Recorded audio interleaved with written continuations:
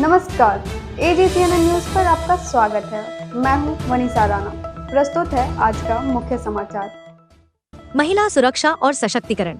महिला सुरक्षा और सशक्तिकरण भारत के विकास और प्रगति का अहम हिस्सा है। लेकिन क्या आज की महिलाएं खुद को सुरक्षित और स्वतंत्र महसूस कर रही हैं? इस सवाल का जवाब ढूंढने के लिए हमें न केवल समाज की सोच बदलने की जरूरत है, बल्कि ठोस कदम उठाने की भी। महिला सुरक्षा और सशक्तिकरण केवल सरकार की जिम्मेदारी नहीं है, बल्कि यह समाज के हर व्यक्ति का कर्तव्य है। एक सुरक्षित और सशक्त महिला न केवल परिवार बल्कि पूरे देश के विकास में योगदान देती है। अगर आप भी इन समस्याओं के संबंध में सजग रहना चाहते हैं, तो नागपुर की एडवोकेट एवं सामाजिक कार्यकर्ता पद्मा चांदेकर का यह साक्षात्कार जरूर देखिए। नमस्कार, सजग रहो च्या या भागात मी रेवती आपल्या सगळ्यांचं खूप मनापासून स्वागत करते। गेल्या काही दिवसांपासून म्हणजे एकीकडे सणासुदीचं आयोजन आणि दुसरीकडे इलेक्शनची घोषणा, या सगळ्या पृष्ठभूमीवर अचानकच महिलांची सुरक्षा, महिलांचं समाजातलं स्थान, हे सगळे मुद्दे खूप ऐरणीवर आलेत आणि या विषयांवरती चर्चाही सुरू झाली आहे। पण नेमकं खरं काय आहे हे कोणी सांगायला तयार नाही।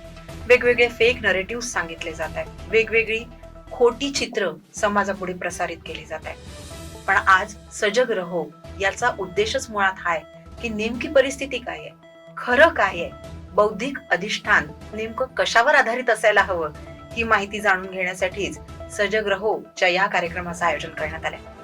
आज या कार्यक्रमात महिलांची सामाजिक स्थिती, त्यांची सुरक्षा आणि त्यांच्या भविष्यातील त्यांच्या एकूण परिस्थितीवरती आपल्यासोबत चर्चा करण्यासाठी, त्यापेक्षा आपल्याला मार्गदर्शन करण्यासाठी आपल्यासोबत आहेत ज्येष्ठ आणि ख्यातनाम वकील ॲडव्होकेट पद्माताई चांदेकर।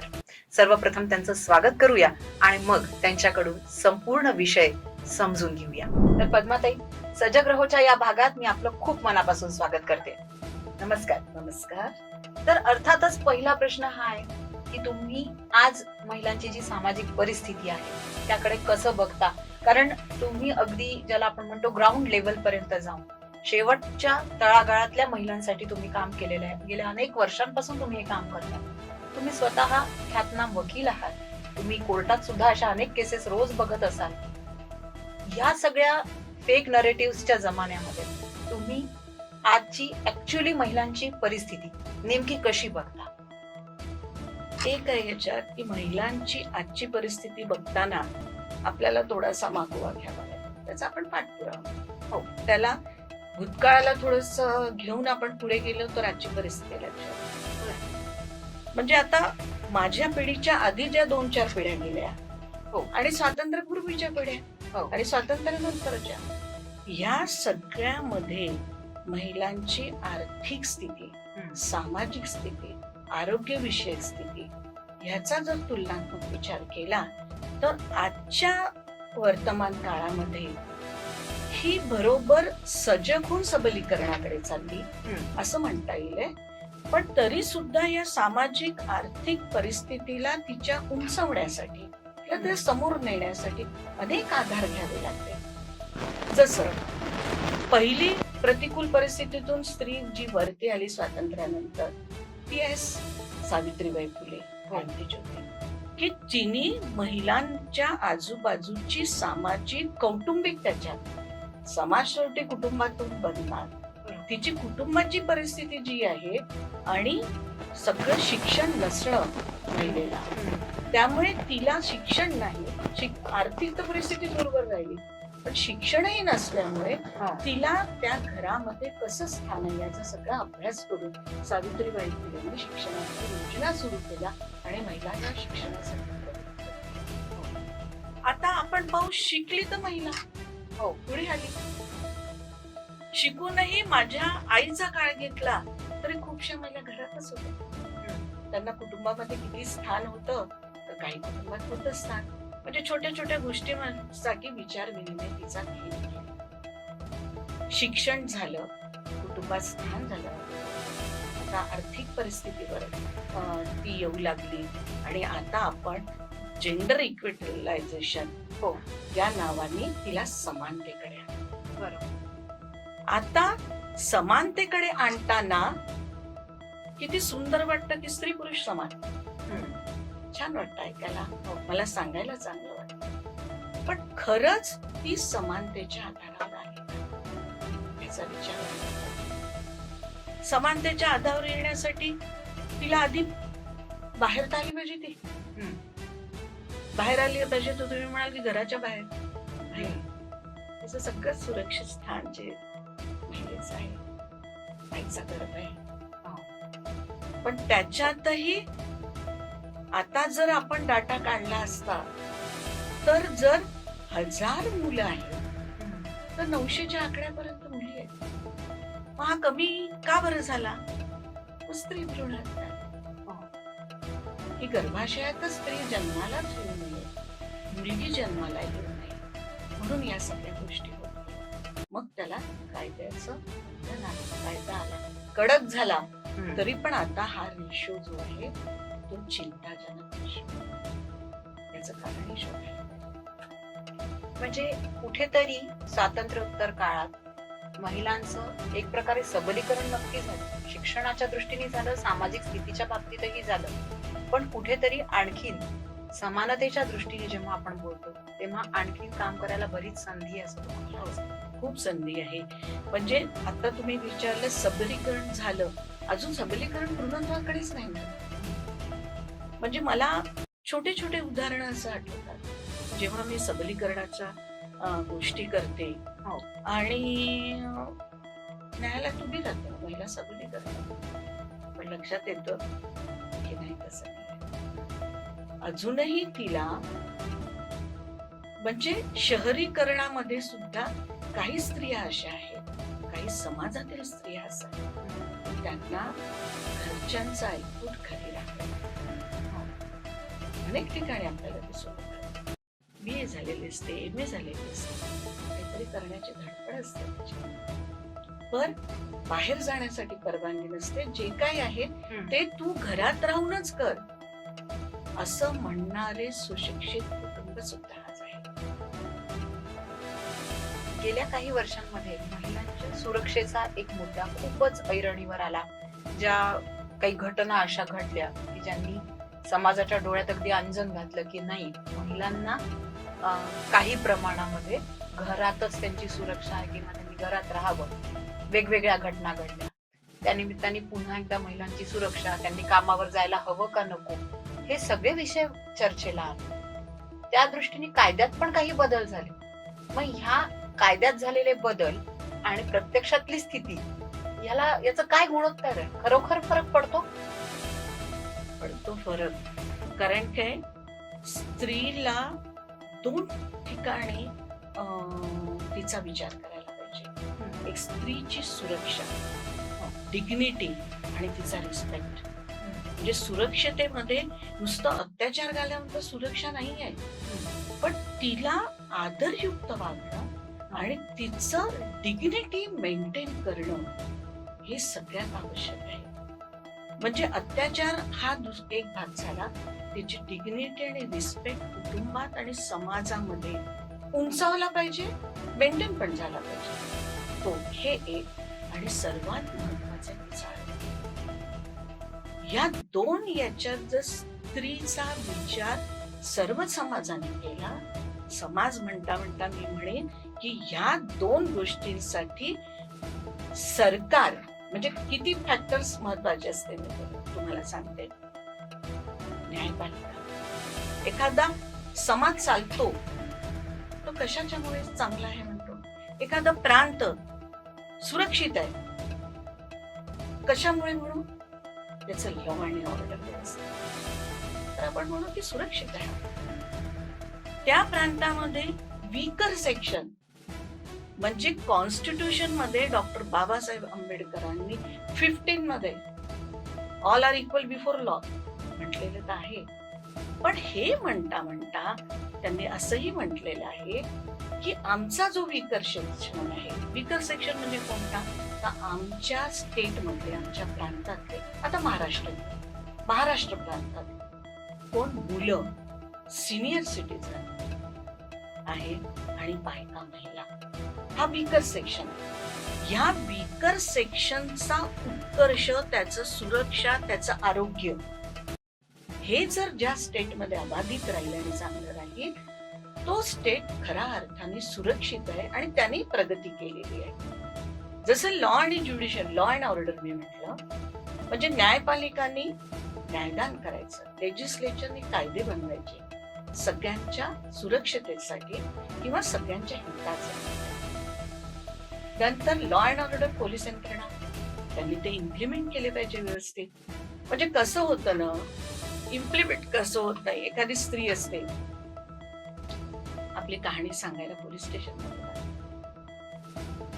पोलिसांना अनेक कामं असतात.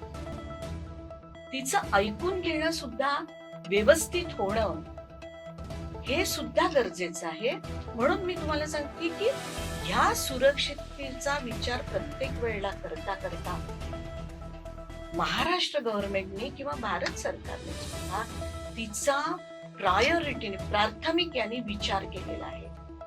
आणि त्या सुरक्षितेसाठी काय काय करता येईल, तर पोलीस यंत्रणा कशी राहील, आमची दामिनी योजना कशी राहील, जेणेकरून महिलाची सुरक्षितता, बस स्थानकांवर सुरक्षितेसाठी काय करता येईल, सीसीटीव्ही लावता येईल का, केंद्र उभारता येईल का, समुपदेशन करता येईल का, तिचं समुपदेशन कुठे कुठे करता येईल, तर वर्क प्लेसवर करता येईल, जिथे ते काम करतात तिथे समुपदेशनाची सोय. एखादी घरातून निघून आली तर भरोसा सेल सारखं नाही, सुरक्षितेसाठी आहे बरं तुझा. नंतर वन स्टॉप सेंटर, किती उपयोगाचं आहे वन स्टॉप सेंटर. महाराष्ट्र सरकारने वन स्टॉप सेंटर हे एनजीओला दिलं. वन स्टॉप सेंटर मधून केसेस फार मोठी आणि सुरक्षितेच्या दृष्टीने चांगली योजना. एखाद्या बाईला सुरक्षित वाटत नाही, कशाच्यामुळे अनेक कारण आहेत.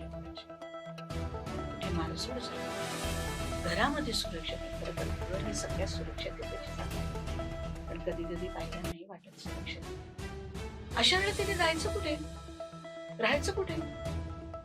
मग यंत्रणा अंमलात आणली आणि वन स्टॉप सेंटर सुरू केलं. गेल्या काही वर्षांमध्ये या काही योजना ज्या अंमलबजावणी झाली आहे, या खरोखरच महिलांसाठी खूप उपयोगाच्या आहेत.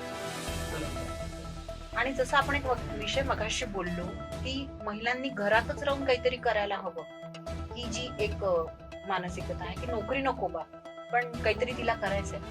मग अशा वेळेला कुठेतरी सरकारकडून जी आर्थिक मदत केली जाते त्या पैशांचा उपयोग करून ती स्वतःचा छोटासा उद्योगही सुरू करू शकते. अगदी बरोबर तू विचारलं की पहिल्यांदा काय होतं, कोणताही उद्योग सुरू करा, हो, किंवा शिक्षण सुरू करा.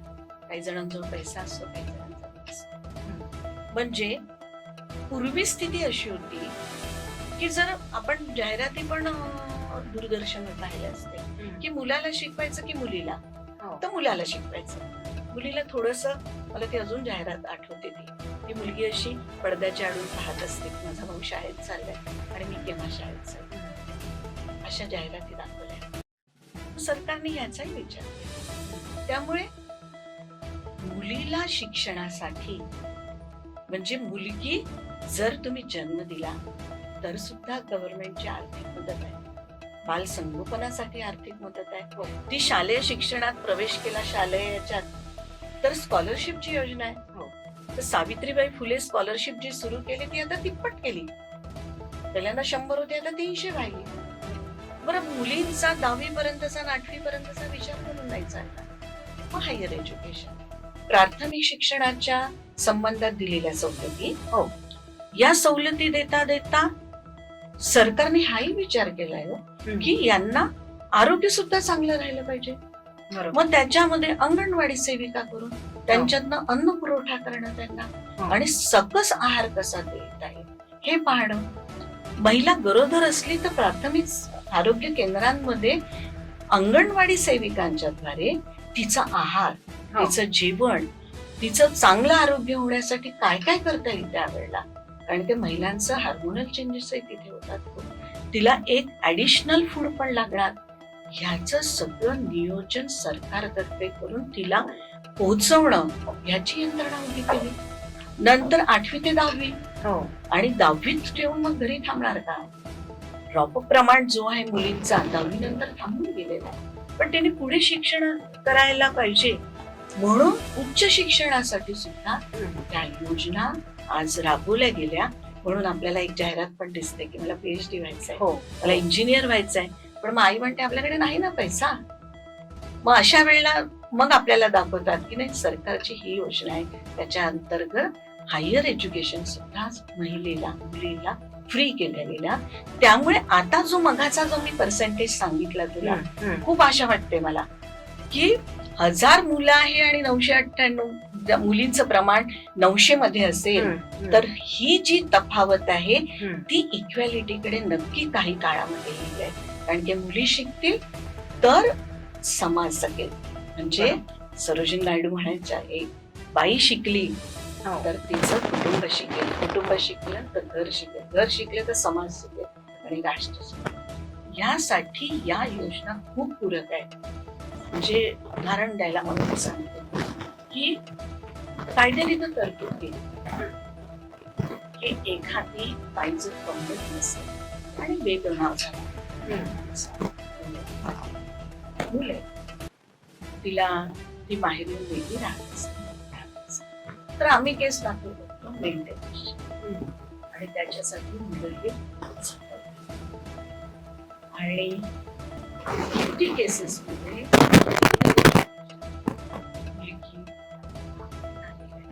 घेऊ शकत नाही. पण आता ही तरतूद झाली असल्यामुळे तिला सुरक्षितता वाटत की माझं लाईफ सिक्युअर्ड आहे ना. सुरक्षितता म्हणजे नुसतं सुरक्षितता, कोणी हल्ला केल्यावर. पद्माताई, तुम्ही इतकं पॉझिटिव्ह वेनी सांगता आहात, इतकं सकारात्मक आहे की खरंच कल्याणकारी राज्य ही जी संकल्पना आपल्या कॉन्स्टिट्यूशन मध्ये सांगितलेली आहे आणि प्रत्येक भारतीय नागरिक आपलं राज्य हे कल्याणकारी आहे, प्रत्येकाचं कल्याण साधणार आहे, ही जाणीव मनात ठेवून प्रत्येक वेळेला मतदानाला जात असतो आणि नवीन काही घडेल आपल्या आयुष्यात आणि ते आणखीन सुरक्षित, आणखीन सेल्फ डिपेंडंट बनेल ही आशा असते. पण हे जेव्हा आपण म्हणतो की प्रत्येकाला समान आहे, प्रत्येकासाठी कल्याणकारी आहे, हे खरंच प्रत्येकासाठी होतं का हो पॉसिबल? असं आहे की आपण ज्या मनाने समोर जातो ना, त्या मनाने आपण विचार करतो. आज जर मी असा विचार केला, हे झालं नाही, ते झालं नाही, याच्यात ही खोट आहे, त्याच्यात ती खोट आहे, याने असं केलं नाही, पुढाऱ्याने असं केलं नाही, मतदारांनी मत मागणाऱ्यांनी आमच्याकडे आले मागायला आणि यांनी हे केलं नाही, ते केलं नाही, बरोबर, तर आपल्याला तोच विचार येतो. पण ज्या क्षणी आपण पाहतो की हे रचना जी आहे त्या रचनेच्या द्वारे किती जणांनी काय फायदा घेतला, हे केव्हा कळेल? जेव्हा आम्ही घरातून बाहेर निघू. बरोबर, नुसता ओरडाहून नाही होणार आहे हा. त्याचं इम्प्लिमेंटेशन झालं की नाही हे पाहण्याची गरज आहे. आणि या इम्प्लिमेंटेशनचं काम सरकारी यंत्रणेतून करण्यात येतात सेविकांच्या द्वारा. आशा काही योजना आहे, आशा वेळी फिरत असते, अंगणवाडी योजनेतून फिरत होतात, पोर्टल लागलेले असतात. मी तुम्हाला एवढं सांगते की आता योजनेतून म्हणजे आज 85 वर्ष जे वयस्क आहे, सिनियर सिटीजन, जे मतदानाला जाऊ शकत नाही, त्यांच्यासारखी एक यंत्रणा सरकार उभी करते. बरोबर, पण आम्ही अर्जच भरत नाही ना. मग त्या यंत्रणेचा कसा काय फायदा मिळणार? मग म्हणायचं आमच्याकडे कोणीच आलं नाही. पण आम्ही पण सजग राहणार ना. सजग मध्ये आपण करतो ना.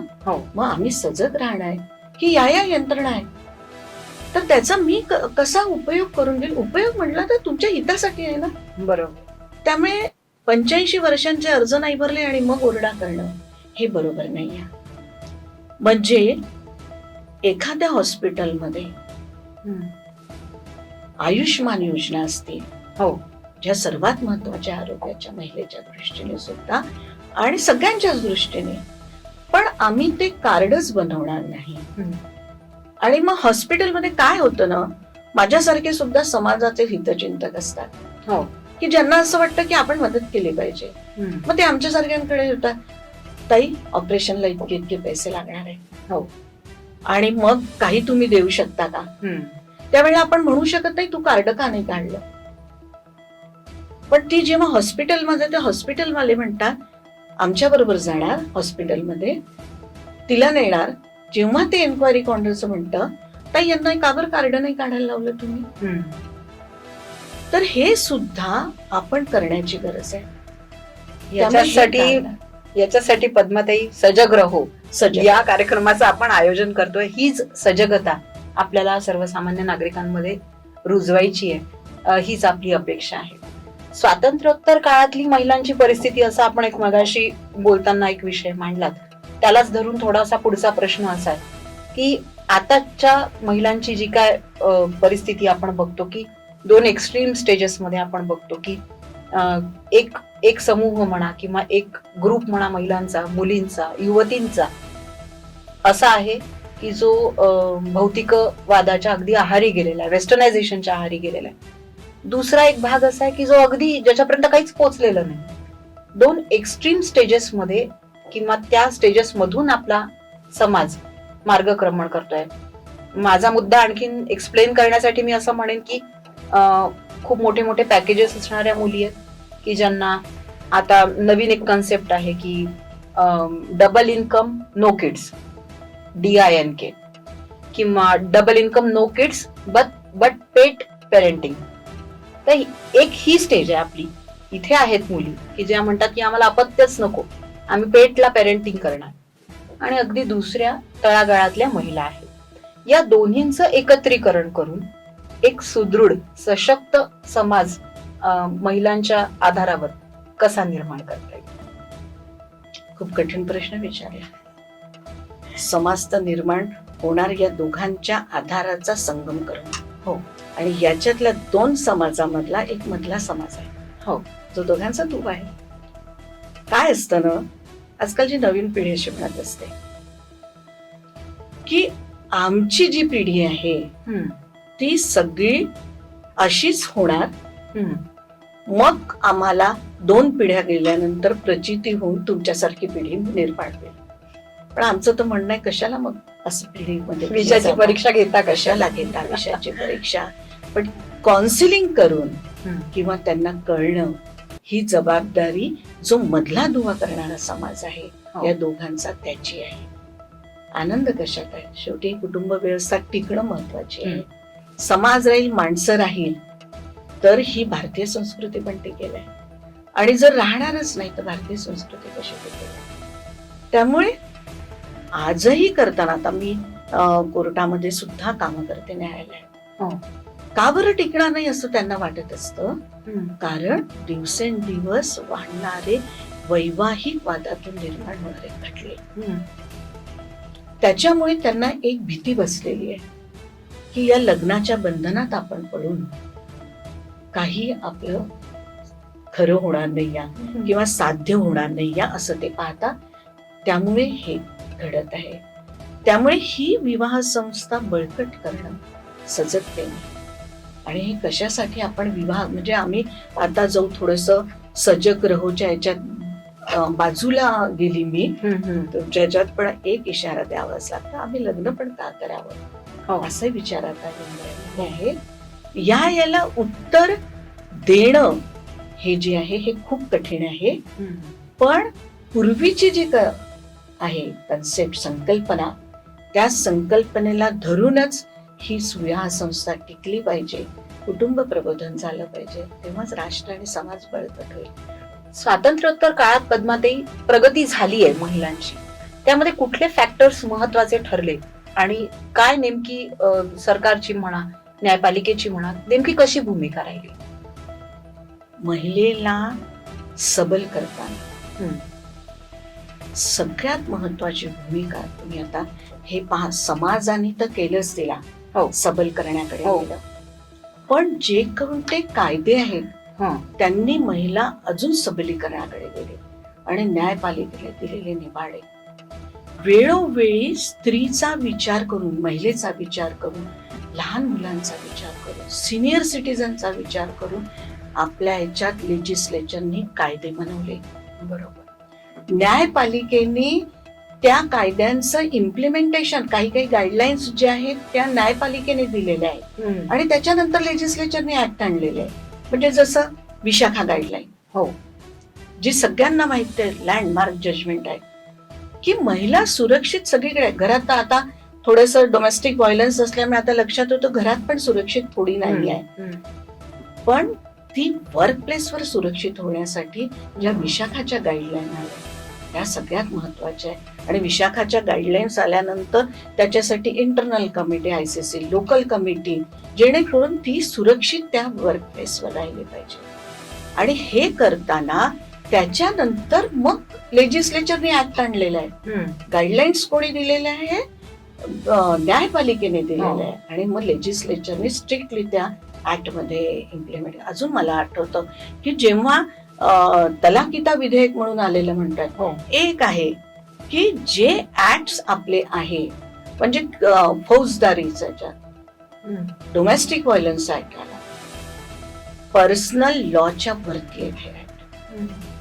आणि त्यांनी सगळ्या जाती धर्माच्या महिलांना ह्या ऍक्ट्स मध्ये सुरक्षित केलेलं आहे. All are equal before these acts apart from the personal law. आणि याच्यात सगळ्यात शहाबानूची जी केस झाली त्याच्यात न्यायालयाने निर्णय घेतला, तलाक झाला असला तरी त्या महिलेला मेंटेनन्स मिळाला पाहिजे. हा सगळाच निर्णय जो आहे तो महिलांच्या दृष्टीने सजगतेने घेतलेला निर्णय आहे न्यायपालिकेने, की महिलांचं नंतरचं पालन पोषणाची जबाबदारी लग्न झाल्यानंतर आणि तलाक झाल्यानंतर सुद्धा ती जर कमवत नसेल तर त्या पुरुषाची राहील, कारण की तो कमवत आहे म्हणून. तर हे असे निर्णय म्हणजे आता आपलं निर्भया केस झाल्यानंतर कमिटी लावून किती त्याच्यात बदल केले, हे केले लेजिस्लेचरनी. फास्ट डिस्पोजलचं पण मोठ्या प्रमाणात हे केलेलं आहे. आणि हे सगळे कायदे पारित करण्याची जबाबदारी लेजिस्लेचर पार्लमेंटची आणि ती त्या दृष्टीने त्यांनी पास पण केलेले आहे. सरकारने एक खूप मोठी आणि जबाबदारीची भूमिका या संदर्भात बजावली असं वाटतं. आता एकच गोष्ट सांगता म्हणू नये पण सांगावीशी वाटते सत्याग्रहामध्ये, की आता आम्ही नेहमी लॉ जो शिकायचो, कोणताही लॉ, फौजदारी कायदा घ्या, 3 येतात फौजदारी कायदे, नंतर अजून बारीक सारीक जे कायदे आहेत त्याच्यात पहिल्या ह्याच्यात प्रिएम्बल मध्ये this is applicable to all persons in India except living in Jammu Kashmir. आता आम्हाला वाचावं लागतं की हा डिलीट झाला 370 म्हणजे it is applicable to this Jammu Kashmir also. Indian succession याच्यात जे आपण खूप अभिमानाने म्हणत होतो की जम्मू काश्मीर भारताचा अविभाज्य भाग आहे, हे प्रत्यक्षात आणलेलं आहे या वाक्याने की अप्लिकेबल टू ऑल. हा महत्वाचाच विषय आहे आणि हा आला पाहिजे चर्चेला. एक संविधान करते डॉक्टर बाबासाहेब आंबेडकरांनी भारतीय महिलांना डे 1 पासून मतदानाचा अधिकार दिला. आपल्या देशामध्ये सगळ्यात पहिल्यांदा जेव्हा निवडणुका झाल्या तेव्हा सुद्धा महिलांनी मतदान केलं. मग त्यांना हा अधिकार मिळणं इतकं विशेष एवढ्यासाठी आहे की सो कॉल्ड स्वतःला मॉडर्न म्हणणारे ज्या वेस्टर्न कंट्रीज आहेत तिथल्या महिलांना हा अधिकार मिळण्यासाठी आंदोलन करावं लागलं पद्माताई. पण भारतातल्या महिलांना मात्र पहिल्या दिवसापासून हा अधिकार मिळाला, अगदी पहिल्या निवडणुकीपासून मिळाला. असं सगळं असताना आज पुन्हा एकदा आपल्याला महिलांच्या स्थितीविषयी चर्चा करावी लागते आणि सतत त्याविषयी सरकारला नवीन नवीन निर्णय घ्यावे लागतात, अपडेशन करावंच लागतं. या सगळ्या परिस्थितीमध्ये तुम्ही महिलांना काय संदेश द्याल? महिलांना संदेश देण्या इतकी मी मोठी नाहीये, खरं सांगते. संदेश द्यावा सगळ्या महिलांना, तो जिजामातेने द्यावा, सावित्रीबाई फुलेंनी द्यावा. पण एक महिलांना मी सांगेल की नेहमी आपला स्वतःचा उत्कर्ष करताना आणि स्वावलंबनकडे जाताना कोणत्याही नकारात्मक दृष्टीकडे पाहू नका. नेहमी समोर जाताना सजग राहून सकारात्मक दृष्टीने विचार करा आणि माझ्या व्यक्तिमत्वाचा विकास होता होता माझ्या कुटुंबाचा आणि माझ्या समाजाचा कसा विकास होईल तो प्रथम लक्षात घ्या तुम्ही. आणि मी तर मोठी झाली किंवा मी तर सबल झाली, पण एका महिलेलाही सबल करा, असा मी संदेश. पद्मताई, आज तुम्ही वेळात वेळ काढून सजग रहोच्या या विशेष कार्यक्रमासाठी आलात आणि इतकी छान मनमोकळी चर्चा आमच्यासोबत केली, यासाठी मी खूप आभारी आहे. धन्यवाद. धन्यवाद. आज के लिए बस इतना ही. मुझे दीजिए इजाजत. नमस्कार.